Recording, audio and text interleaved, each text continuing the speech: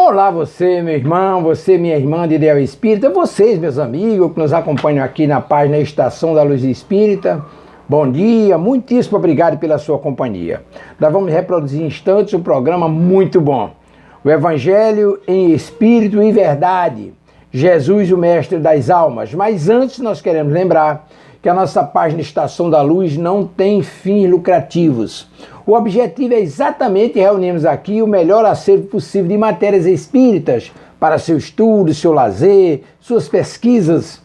Então, queremos agradecer pela sua companhia e queremos convidá-lo para o programa 77, Evangelho em Espírito e Verdade, Jesus, o Mestre das Almas, apresentação de Marcos de Mário, lá do Rio de Janeiro, transmissão da web rádio Cristo Consolador. Esse programa foi veiculado agora no dia 24 de junho de 2021. Então vamos ao programa. Muitíssimo obrigado pela sua companhia.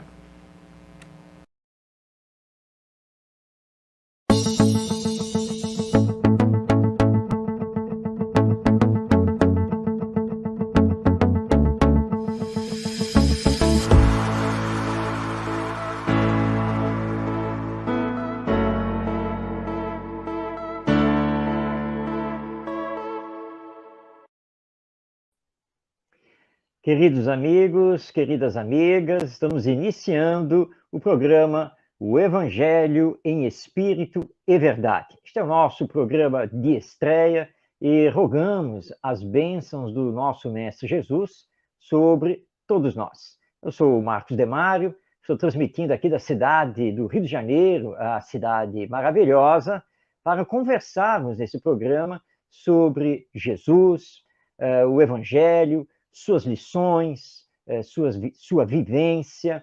Também vamos conversar sobre as cartas de Paulo de Tarso. E lá no final do programa, nós vamos reservar um tempo para interagir com você que está nos acompanhando. Ou seja, você pode, a partir de agora, dentro da temática aqui do programa, você pode fazer o seu comentário, você pode enviar a sua pergunta, seja pelo YouTube ou pelo Facebook, aqui da Web Rádio Cristo Consolador, para que nós possamos, no final, interagir. Aliás, pelo meu WhatsApp particular, já recebi algumas perguntas que estarão aqui conosco no final. Então, nós vamos ter 4 blocos aqui no programa. No primeiro, nós vamos conversar sobre Jesus, sempre na visão espírita. No segundo bloco, nós vamos ter informações e estudos sobre o Evangelho. No terceiro bloco do programa, nós vamos abordar esse grande apóstolo do Evangelho, que é Paulo de Tarso e as suas cartas. E no quarto bloco, nós vamos, então, para as perguntas e respostas e comentários de todos aqueles que estão, então, acompanhando o nosso programa, o Evangelho em Espírito e Verdade. Para iniciar, nós temos que fazer uma pergunta, porque nós não podemos falar do Evangelho sem perguntarmos se Jesus, de fato, existiu. Você sabia que existe uma teoria lançada por historiadores de que talvez Jesus Cristo não tivesse existido? Que Jesus teria sido uma narrativa inventada? Essa teoria é muito debatida, há muitos livros escritos sobre isso.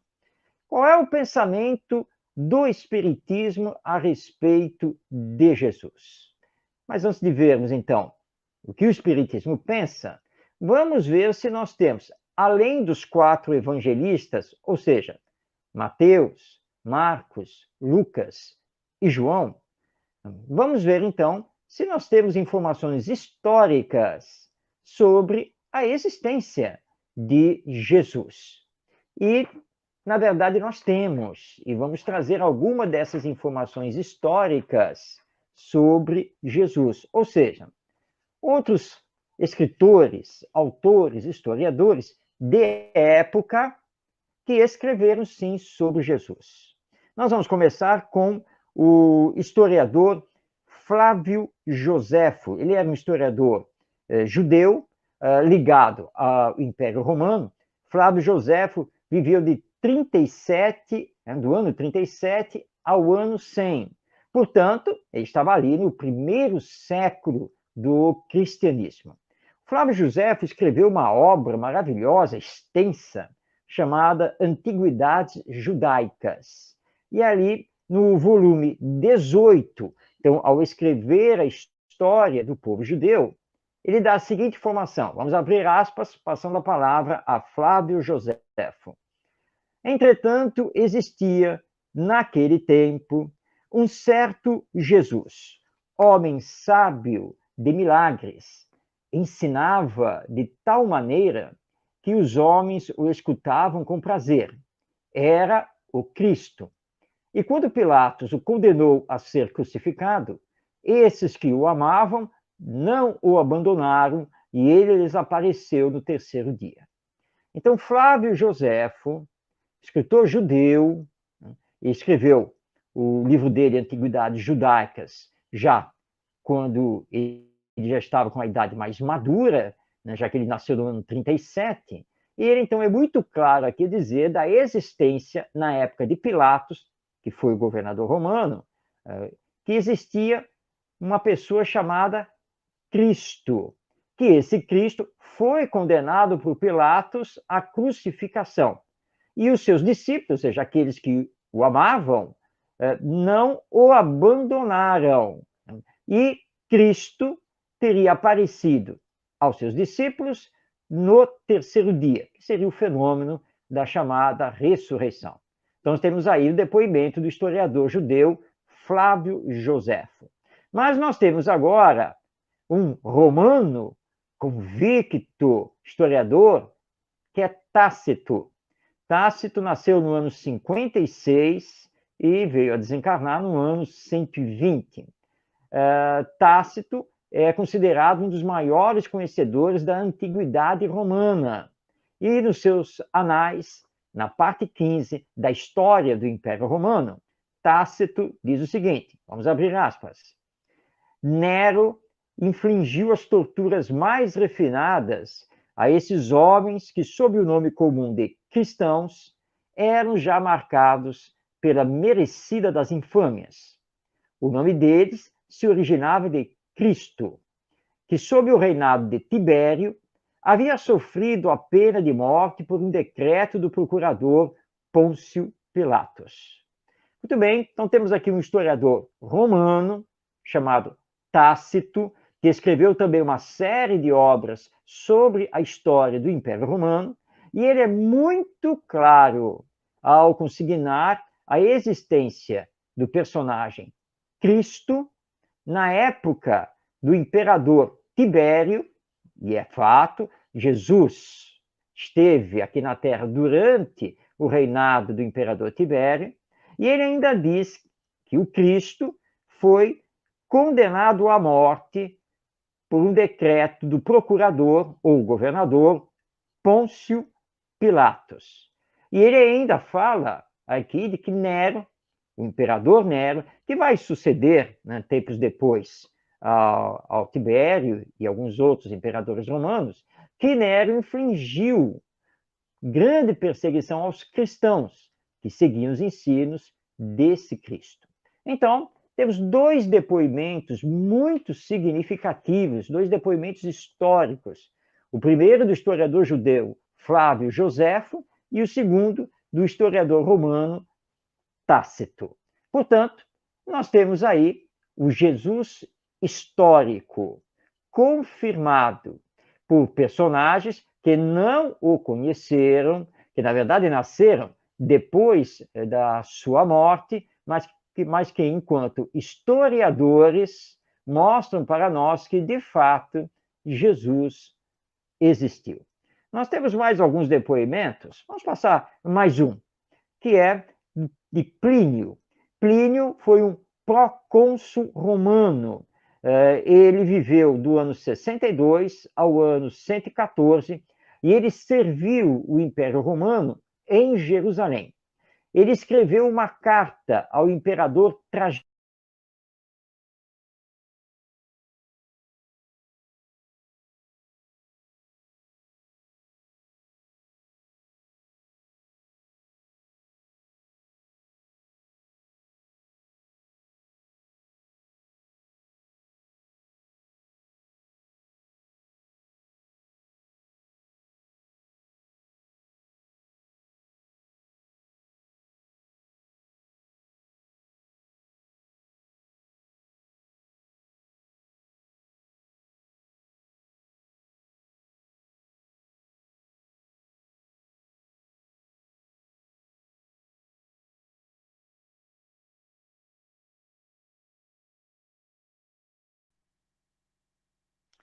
Temos uma queda aqui da nossa conexão da internet, mas estamos voltando. Então, estamos falando aqui de Plínio, né, que foi, então, esse procônsul romano, e na carta que ele escreve ao imperador Trajano, ele diz o seguinte: mal dizer Cristo, um verdadeiro cristão não o fará jamais. Cantam os cristãos hinos a Cristo, como a um Deus. Então, nós temos aí, mais uma vez, colocado por um historiador da época, a existência dos cristãos como seguidores desse Cristo que teria vivido lá em Jerusalém. Portanto, não são só os evangelistas que falam da existência de Jesus, mas, igualmente, historiadores de época. Mas, e o Espiritismo? Qual é a visão que o Espiritismo possui sobre Jesus? Bem, o Espiritismo considera, sim, a existência de Jesus. O Espiritismo não questiona isso. Mas o Espiritismo tem uma visão bem mais profunda sobre Jesus do que as outras doutrinas cristãs e mesmo do que historiadores possam ter. Essa visão tem início em O Livro dos Espíritos, a obra básica da doutrina espírita, lançada em 18 de abril de 1857 por Allan Kardec. Vamos destacar, e não poderíamos deixar de fazer esse destaque, a questão de número 625, onde Kardec pergunta: qual o tipo mais perfeito que Deus ofereceu ao homem para lhe servir de guia e modelo? A resposta dos espíritos superiores é bem direta: Jesus. Portanto, Jesus é o nosso guia e modelo, o espírito mais perfeito que conhecemos, que esteve aqui na face da Terra. Allan Kardec faz um comentário a essa resposta que os espíritos dão, e ele diz o seguinte: Jesus é para o homem o tipo de perfeição moral a que pode aspirar a humanidade na Terra. Deus nos oferece como o mais perfeito modelo, e a doutrina que ele ensinou é a mais pura expressão de sua lei, porque ele estava animado do Espírito Divino e foi o ser mais puro que já apareceu na Terra. Se alguns dos que pretenderam instruir os homens na lei de Deus, algumas vezes os desviavam para falsos princípios, foi por se deixarem dominar por sentimentos demasiado terrenos e por terem confundido as leis que regem as condições da vida da alma com as que regem a vida do corpo. Muitos deles apresentaram como leis divinas o que era apenas leis humanas, instituídas para servir as paixões e dominar os homens.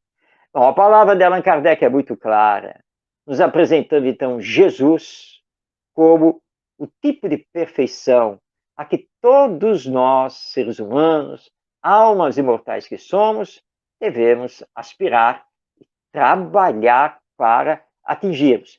Por isso, o Espiritismo considera Jesus como nosso guia e modelo.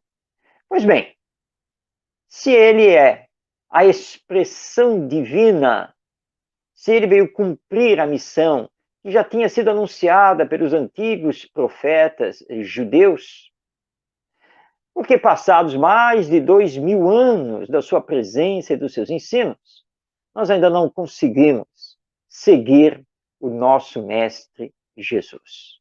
É que ainda estamos envolvidos pelo egoísmo, pelo orgulho, e tomamos muitas vezes as coisas que são do nosso mundo terreno como se fossem coisas divinas. E nós precisamos nos trabalhar, e muito, para entendermos os ensinos morais de Jesus.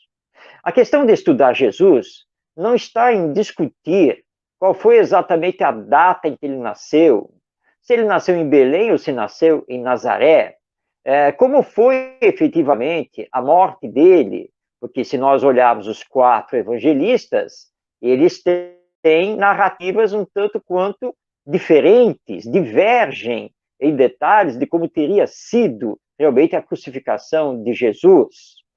Não adianta também nós discutirmos se ele fez ou deixou de fazer os chamados milagres, porque essas coisas todas nos desviam do principal do Evangelho, que são os ensinos morais que nosso Mestre Jesus veio nos trazer, e dos esforços que precisamos realizar para compreender esses ensinos e vivenciá-los, realizando então a nossa transformação moral.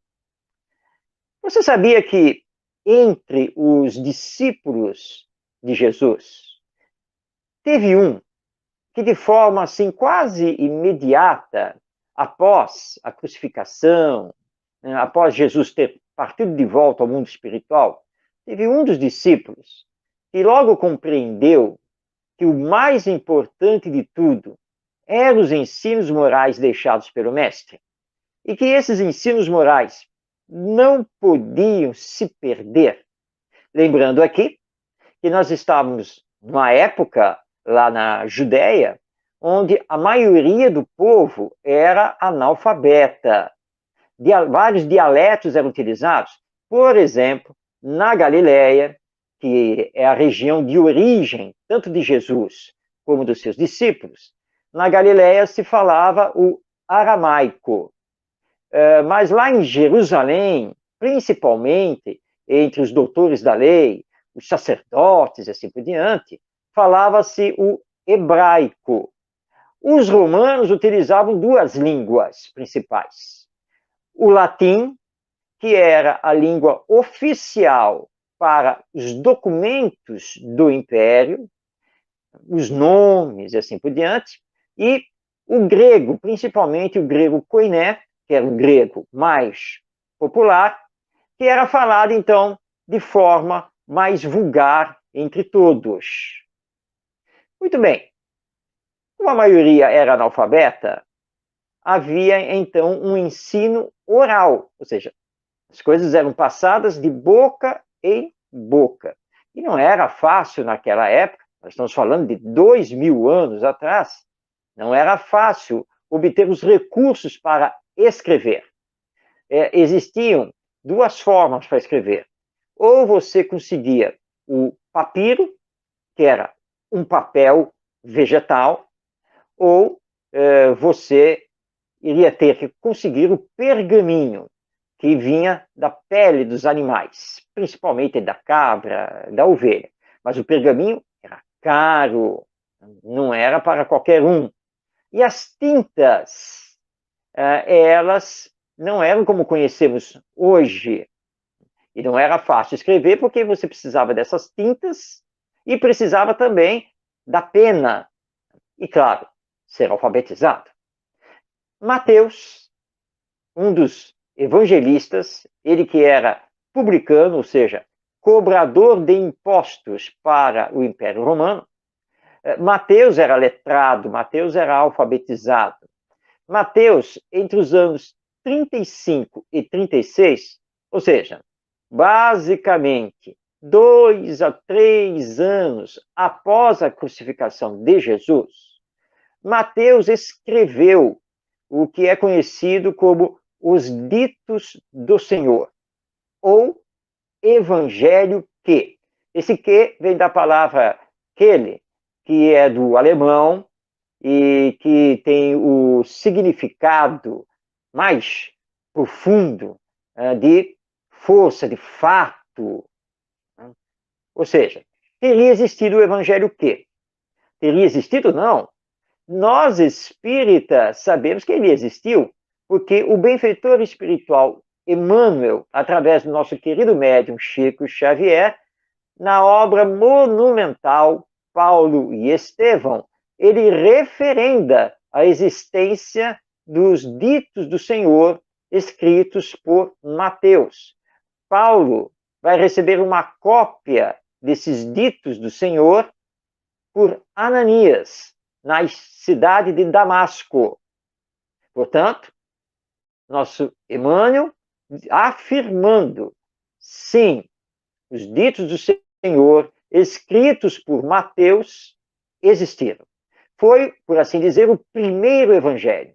E esses ditos do Senhor, eles consignavam apenas e tão somente os ensinos morais de Jesus, que Mateus transcreveu. Pesquisadores já chegaram à conclusão que o Evangelho segundo Mateus, que hoje nós conhecemos, que está lá no Novo Testamento, né, fazendo parte da Bíblia, que o Evangelho segundo Mateus, como ele está escrito com toda a vida e obra de Jesus, ele não teria sido escrito por Mateus, mas por discípulos dele, seguidores, que a partir dos ditos do Senhor, o Evangelho o quê? Eles teriam, então, redigido a vida e obra de Jesus como nós a conhecemos hoje, e que abre o Novo Testamento, né? Porque o Evangelho segundo Mateus é o primeiro evangelho do Novo Testamento. Mas essa é uma questão que não é pacífica entre os pesquisadores e historiadores. Mais importante para nós, a nível do Espiritismo, é entendermos a importância desses ensinos morais e que Mateus entendeu.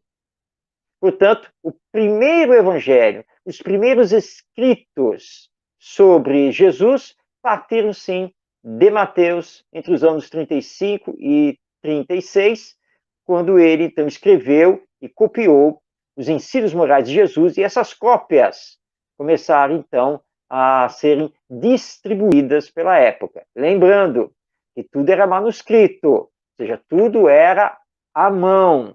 Não era uma tarefa das mais fáceis fazer, então, esses manuscritos. Vamos conhecer um pouquinho aqui de Mateus. Vamos conhecer um pouquinho da sua história. História, aliás, que é pouco conhecida, porque existem pouquíssimas, quase nenhuma referência sobre Mateus nos próprios evangelhos, também nos Atos dos Apóstolos, e entre os historiadores da época. Bem pouco se tem sobre Mateus. Mas se diz que Mateus, que na verdade o nome dele, o nome judeu dele, na verdade, era Levi. Mateus era filho, então, de Alfeu, que é referido no Evangelho, publicano, como nós já falamos, né, já que ele era um cobrador de impostos, e, aliás, ele não era um judeu bem visto por causa disso, porque ele trabalhava para o Império Romano. Mateus é daquela cena famosa do Evangelho, quando Jesus entra, né, ele fica na porta da coletoria, ou seja, da casa onde se coletavam os impostos, ele olha para Mateus. E aí nós temos aquela cena realmente maravilhosa, bem significativa, quando ele olha para Mateus, o aponta e simplesmente diz: segue-me. E o apóstolo escreveu: e levantando, o seguiu.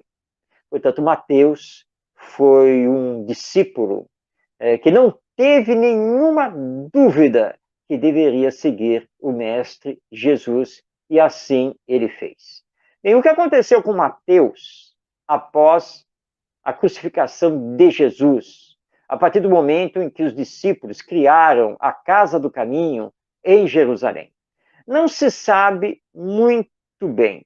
Alguns historiadores afirmam que ele pregou pela Ásia, principalmente na Ásia, África, que esteve por ali, e que ele teria pregado bastante na região da Etiópia, e que ali ele teria desencarnado por apedrejamento. Bem, os etíopes até hoje conservam uma igreja, que eles dizem que é sagrada, e que nessa igreja estariam os restos mortais de Mateus, assim como alguns documentos referentes a esse evangelista.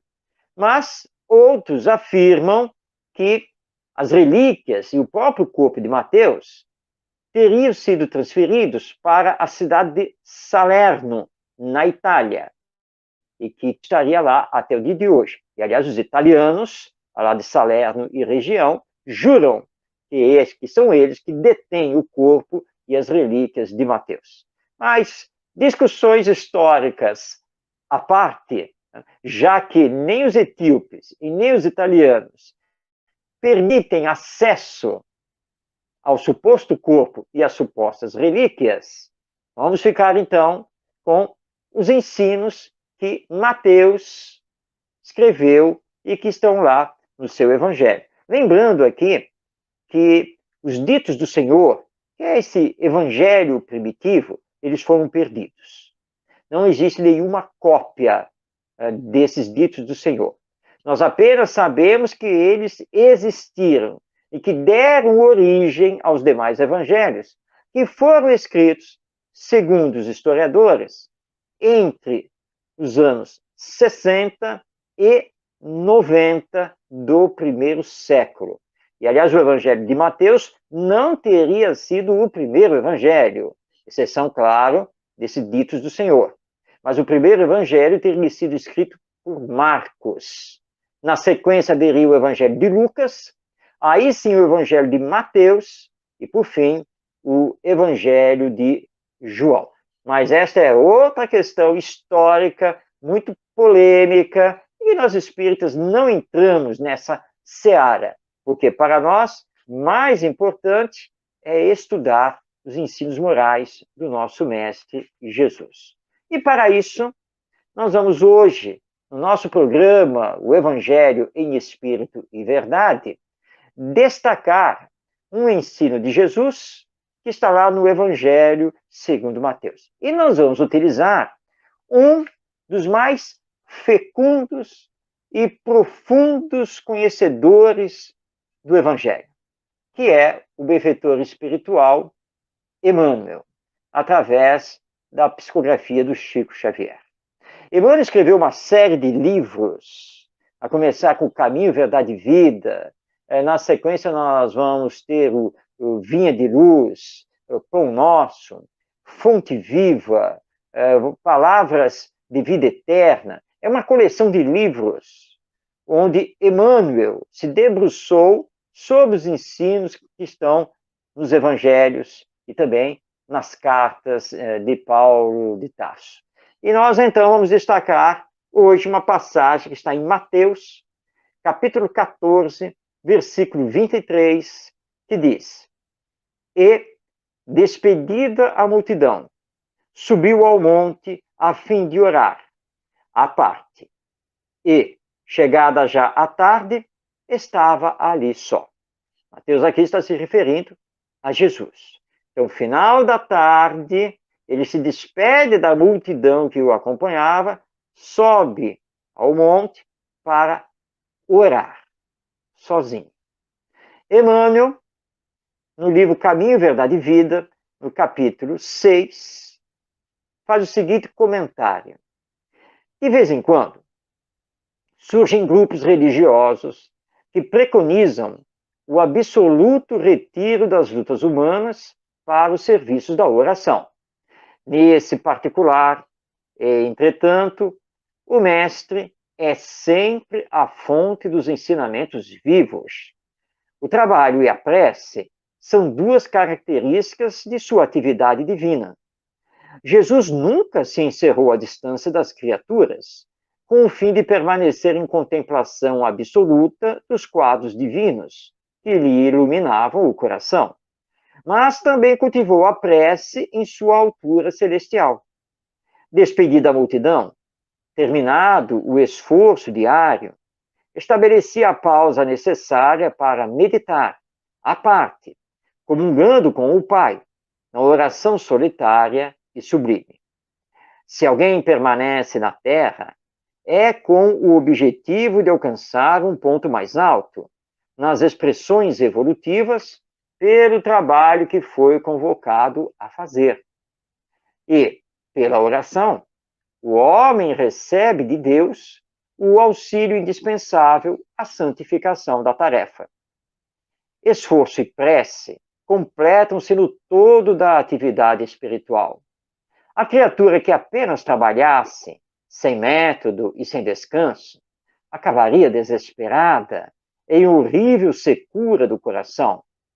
Aquela que apenas se mantivesse genuflexa estaria ameaçada de sucumbir pela paralisia e ociosidade.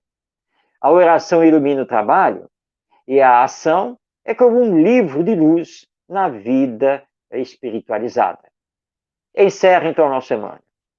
Cuida de teus deveres, porque para isso permaneces no mundo. Mas nunca te esqueças desse monte, localizado em teus sentimentos mais nobres, a fim de orares à parte, recordando o Senhor. Muito bem, então, nosso querido Emmanuel está aqui nos dizendo que Jesus sempre foi trabalho e oração.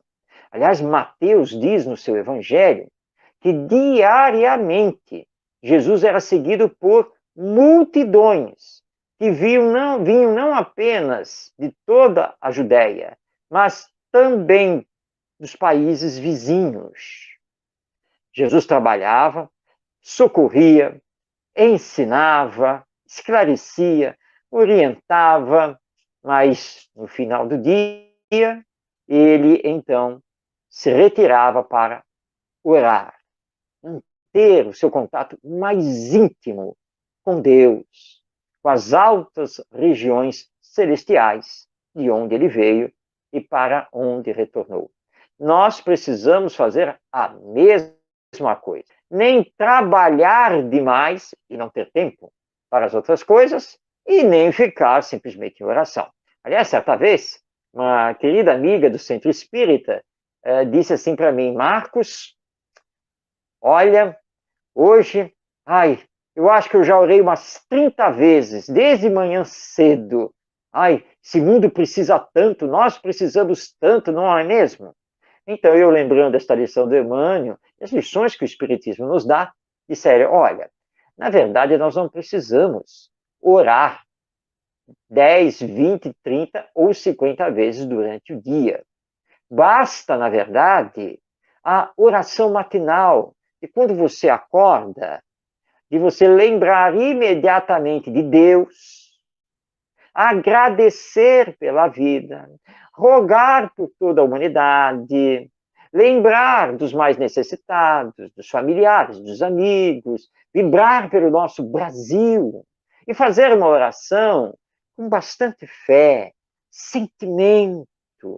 E você já estará abençoado, preparado para o seu dia, assim como essa sua oração, porque foi feita com sentimento, já estará sendo utilizada pela espiritualidade superior a benefício da humanidade, especificamente a benefício daqueles aos quais você mentalmente recordou. Claro, que se acontecer alguma coisa no meio do caminho do seu dia, claro que você pode orar.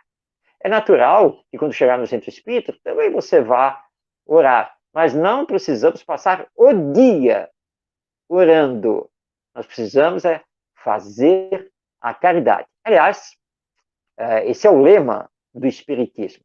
Fora da caridade não há salvação.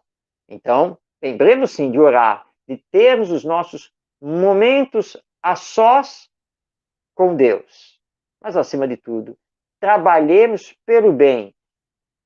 Façamos as ações da caridade para a nossa transformação moral e auxiliarmos os outros a realizarem a sua transformação moral para que a humanidade, moralmente, também se transforme.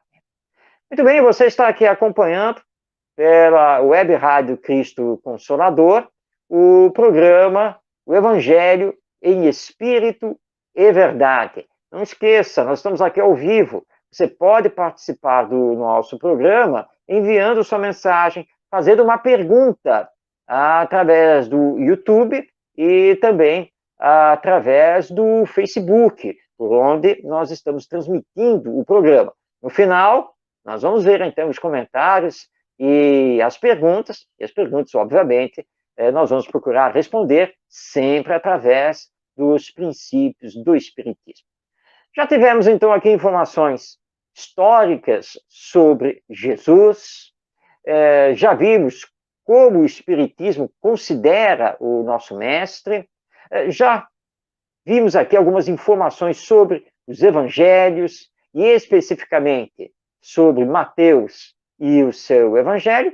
Agora está na hora de conhecermos um dos maiores apóstolos do evangelho, que realizou um trabalho magnífico e que, devemos dizer, se não fosse por ele, muitas coisas teriam se perdido e talvez nós não tivéssemos conosco o Evangelho de Jesus.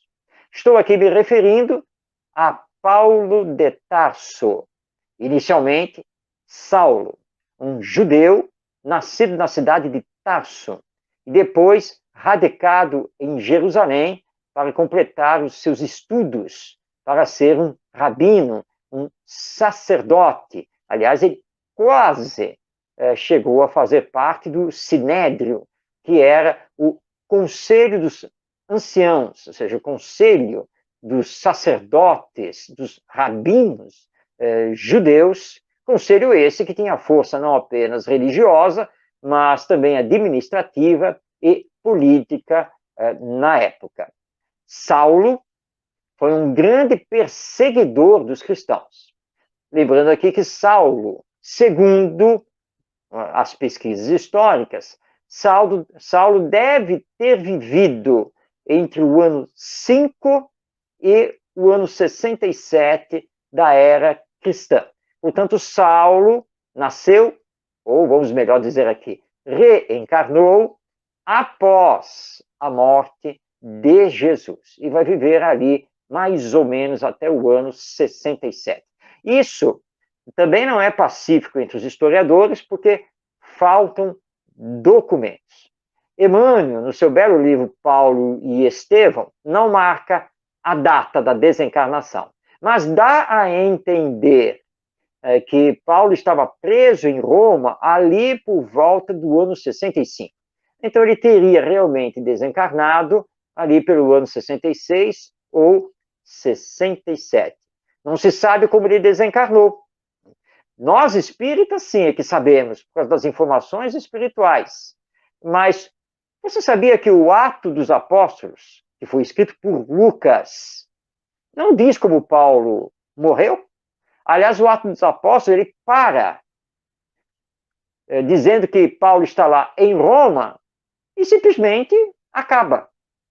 Os historiadores consideram que a parte final do Atos dos Apóstolos foi perdida.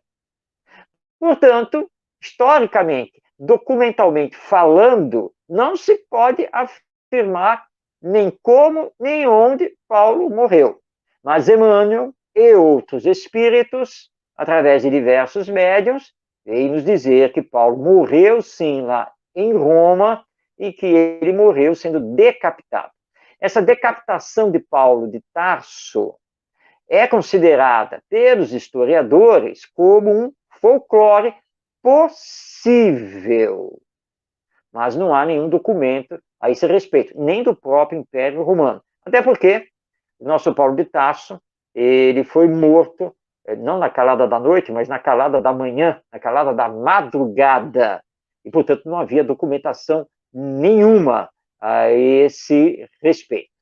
Pois bem, Paulo de Tarso, depois de muito perseguir os cristãos, ele vai ter aquela famosa cena na estrada de Damasco. Ele está com alguns amigos indo para a cidade de Damasco para prender o cristão Ananias e iniciar toda uma perseguição aos discípulos de Jesus lá em Damasco, que hoje fica na Síria. E no meio do caminho, já quase chegando lá em Damasco, ele tem aquela visão de uma luz celeste. Ele cai do seu cavalo, prostrado ao chão. Ele pergunta, né, quem é? Vem a voz dizendo que era Jesus, e Jesus perguntando a ele por que ele o estava perseguindo. E ali Paulo, comovido com aquela cena, com aquela luz intensa, ele se entrega a Jesus. E se entregando a Jesus, ele vai adentrar a cidade de Damasco, levado por um dos seus amigos, mas já cego, ele havia perdido momentaneamente a visão, e quem vai socorrê-lo é Ananias, em nome de Jesus. Ananias era médium e recebeu a comunicação de Jesus pedindo que ele fosse até a estalagem, até a pensão, para cuidar de Saulo. E ele faz isso, Saulo recupera a visão, recebe os ditos do Senhor, escritos por Mateus, e aí então ele tem toda uma saga de conversão e vai abandonar o judaísmo para se tornar um cristão. E ele vai reconhecer da necessidade de levar a mensagem de Jesus para os povos não judeus. Num primeiro momento, os discípulos de Jesus, Pedro, João, Tiago, Mateus e os demais, num primeiro momento eles não aceitaram muito bem isso, porque como eles eram judeus, eles consideravam que os ensinos de Jesus, que começou paulatinamente a ser chamado de cristianismo, seria apenas uma ramificação do judaísmo.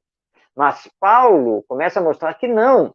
O cristianismo era uma doutrina nova, totalmente nova, e que nada tinha a ver com o judaísmo.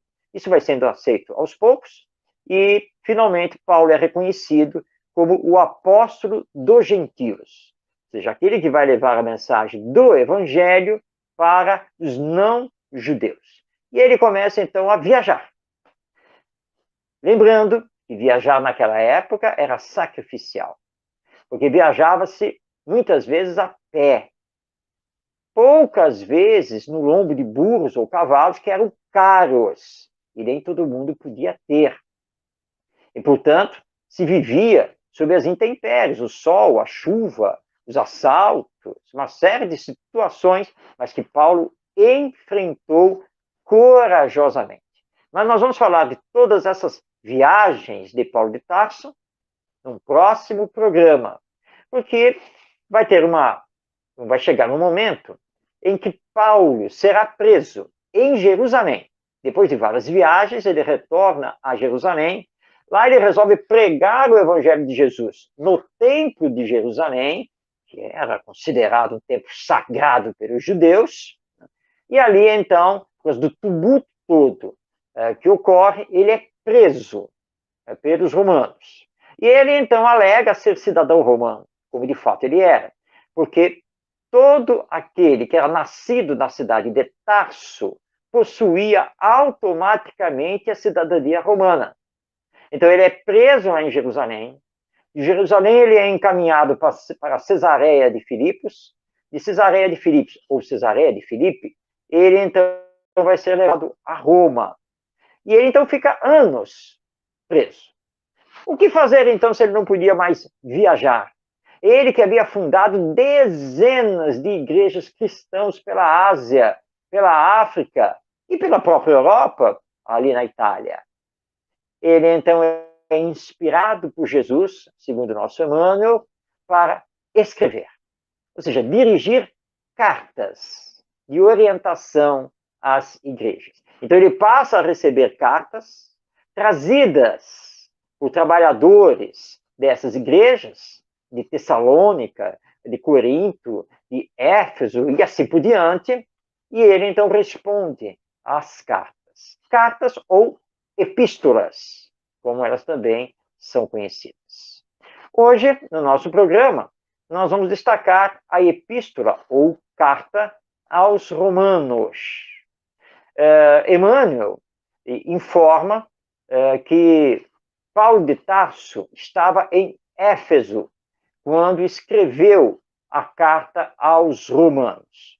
Tudo indica que a igreja cristã situada na cidade de Roma era uma igreja criada por judeus convertidos à mensagem de Jesus, chamados novos judeus, judeus cristãos.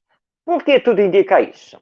Porque a carta aos Romanos, na sua primeira parte, ela tem uma ênfase muito grande sobre a questão da circuncisão. E durante toda a carta, Paulo faz transcrições textuais do Velho Testamento. Ora, tanto a circuncisão quanto o Velho Testamento eram questões dos judeus, não de povos não-judeus. Por isso, há essa possibilidade de que a Igreja Cristã de Roma, na verdade, ela fosse composta principalmente por judeus convertidos. Bom, desta carta aos Romanos, vamos destacar um ensino de Paulo que está no capítulo 12, versículo 21, que é o seguinte: não te deixes vencer pelo mal, mas vence o mal com o bem. E vamos passar então o comentário ao nosso Emmanuel, que diz o seguinte: comumente empregamos a expressão guerrear o mal, como se bastassem nossas atitudes mais fortes para exterminá-lo e vencê-lo. Sem dúvida, semelhante conceituação não é de todo imprópria, porque, em muitas circunstâncias, para limitá-lo, não podemos dispensar vigilância e firmeza. Ainda assim, muitas vezes, zuzindo-lhe as manifestações com violência, criamos outros males a se expressarem através de feridas que apenas o bálsamo do tempo consegue cicatrizar. O apóstolo, contudo, é claro na fórmula precisa ao verdadeiro triunfo. Não te deixes vencer pelo mal, mas vence o mal com o bem. Perseguir, quase sempre, é fomentar. O melhor processo de extinguir a calúnia e a maledicência é confiar nosso próprio verbo à desculpa e à bondade. O recurso mais eficiente contra a preguiça é o nosso exemplo firme no trabalho constante. O meio mais seguro de reajustar aqueles que desajudam ao próximo é ajudar incessantemente. O remédio contra a maldição é a bênção. Os antídotos para o veneno da injúria são a paz do silêncio e o socorro da prece. Por isso mesmo, Jesus ensinou: amai os vossos inimigos, bendizei os que vos maldizem, orai por aqueles que vos maltratam e caluniam, perdoai 70 vezes 7, ofertai amor aos que vos odeiam. Finaliza Emmanuel. Podemos, pois, muitas vezes, combater o mal para circunscrever-lhe a órbita de ação, mas a única maneira de alcançar a perfeita vitória sobre ele será sempre a nossa perfeita consagração ao bem irrestrito. Essas palavras de Emmanuel estão no livro Palavras de Vida Eterna, compondo o capítulo 10. Só vamos conseguir vencer o mal praticando o bem. E tenhamos uma efetiva noção sobre isso, porque nós só vamos combater a corrupção, a violência, a ignorância, o orgulho, o egoísmo, a vaidade, a indiferença, cultivando o bem. Sempre. Não há, na verdade, outro caminho para a realização da transformação moral da humanidade. Então, conhecemos um pouco de Paulo de Tarso, mas calma, não se preocupe. Nos próximos programas, nós vamos conhecer mais sobre Paulo de Tarso, as suas cartas, os seus ensinos, como esse grande apóstolo do Evangelho. Bem, estamos já na reta final do nosso programa, o Evangelho em Espírito e Verdade, e eu recebi aqui duas perguntas que foram enviadas para o meu WhatsApp particular, porque começou a sair a divulgação do programa, e alguns amigos e amigas dirigiram, então, comentários e acabaram fazendo algumas perguntas. Então, para iniciar este último bloco do programa, eu vou passar, então, a palavra ao Aldair, que é da cidade aqui do Rio de Janeiro, e ele perguntou: por que Allan Kardec lançou o Evangelho segundo o Espiritismo? Não basta o estudo do Novo Testamento? Aldair, sua pergunta é muito importante. Allan Kardec lançou o Evangelho segundo o Espiritismo no ano de 1864.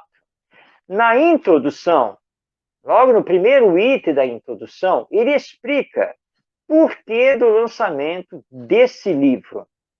Ele fala, então, que o Novo Testamento, onde nós temos os evangelhos, ele pode ser estudado através da vida e obra de Jesus, dos chamados milagres que Jesus fez, e pode ser estudado também através dos ensinos morais. E ele então diz que para o Espiritismo, o que importa são os ensinos morais. Então, o Evangelho segundo o Espiritismo é um livro totalmente voltado para estudar os ensinos morais de Jesus à luz dos princípios espíritas. Pegando o Evangelho segundo o Espiritismo nas mãos, nós vamos ver que a maioria dos capítulos é formada das lições de Jesus, retiradas lá do Novo Testamento, os comentários de Allan Kardec e, na sequência, as instruções dos Espíritos sobre aqueles ensinos. Onde nós vamos conhecer, então, os ensinos de Jesus através da imortalidade da alma, da vida após a morte, da reencarnação, do uso do livre-arbítrio. Ou seja, são os ensinos de Jesus estudados através do Espiritismo. Nós, espíritas, também estudamos diretamente o Novo Testamento, o Evangelho, porque ele é realmente muito importante. Nós temos no movimento espírita os núcleos de estudo e pesquisa do Evangelho.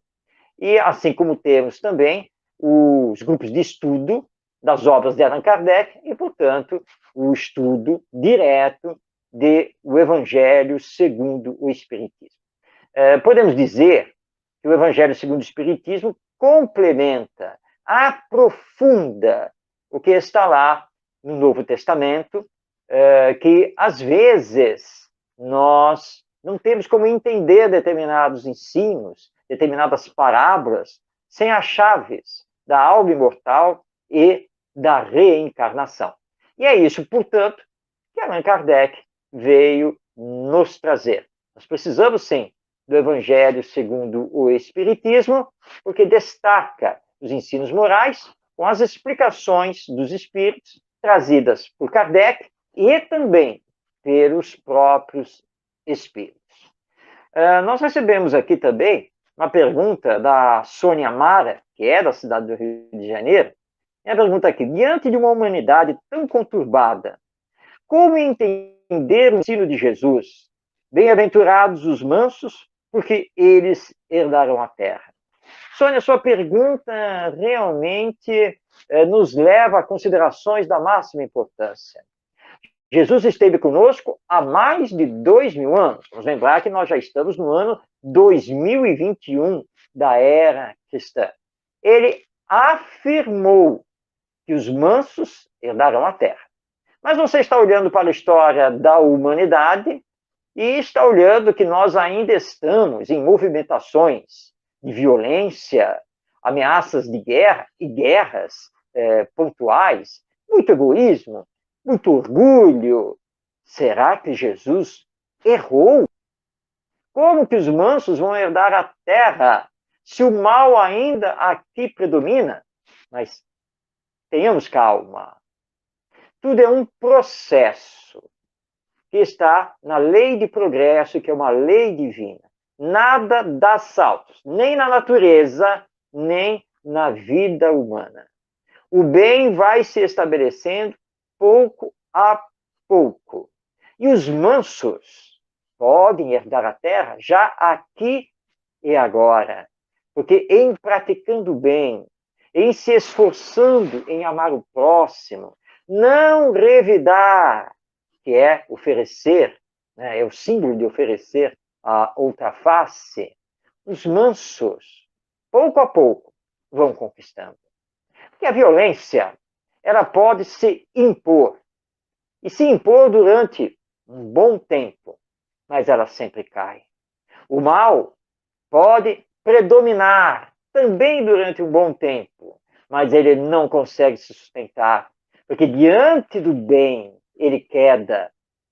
O mal jamais terá mais força que o bem. Então nós, espíritas, cristãos, temos que nos esforçar em fazer o bem, em sermos mansos e pacíficos, porque herdaremos a terra mais cedo ou mais tarde. Nós sabemos, enquanto espíritas, que neste momento nós estamos passando pelo processo de sair de mundo de expiações e provas para mundo de regeneração. Segundo o que estudamos com o Espiritismo, o mundo de regeneração é aquele onde o bem predominará sobre o mal.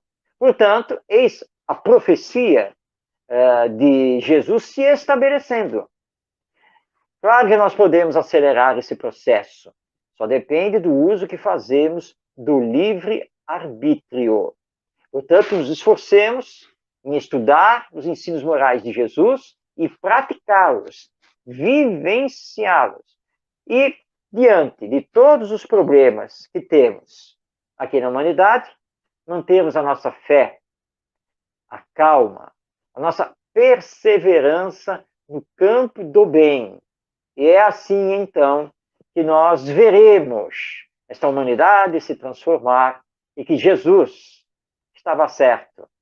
Aqui ele não fez uma profecia, né, para dias imediatos após a sua estada aqui na Terra. Mas ele estava olhando o tempo humano de progresso, de evolução. E é fato que, apesar dos inúmeros problemas que nós temos ainda aqui na humanidade, é fato que já progredimos bastante, não apenas intelectualmente, mas também já realizamos um bom progresso espiritual, um bom progresso moral. Há muito o que fazer, não resta dúvida, mas com o Evangelho em espírito e verdade, auxiliados pelo Espiritismo, nós poderemos fazer muito mais. Bem, estamos chegando ao final do nosso programa, o Evangelho em Espírito e Verdade, aqui pela Web Rádio Cristo Consolador. O programa vai ao ar toda quinta-feira, a partir das 5 da tarde, e o vídeo fica depois disponível no canal do YouTube da Web Rádio. Não deixe, então, de assistir, de compartilhar, de divulgar, para que esta Web Rádio está iniciando as suas atividades, também possa crescer, divulgando o Evangelho e o Espiritismo através da internet para todo o Brasil e todo o mundo. Para que, então, você conheça a Web Rádio Cristo Consolador, nós vamos aqui encerrar o nosso programa, agradecendo a sua audiência, a você que nos acompanhou. Lembrando, você pode, através dos canais de comunicação da Web Rádio Cristo Consolador, enviar as suas perguntas para o nosso próximo programa, enviar os seus comentários, que nós teremos o maior prazer em receber e poder trazer aqui para o nosso programa, que estará sempre tratando de Jesus, dos evangelhos, de Paulo de Tarso, e também tentando responder aí as perguntas. Então, já tivemos até aí alguns comentários que vieram na tela. Nosso agradecimento, paz em todos os corações, bênçãos de Jesus sobre todos nós, mas fiquemos agora com a divulgação dos programas, da programação da Web Rádio Cristo Consolador. E até nosso próximo encontro, na próxima quinta-feira, se Deus quiser.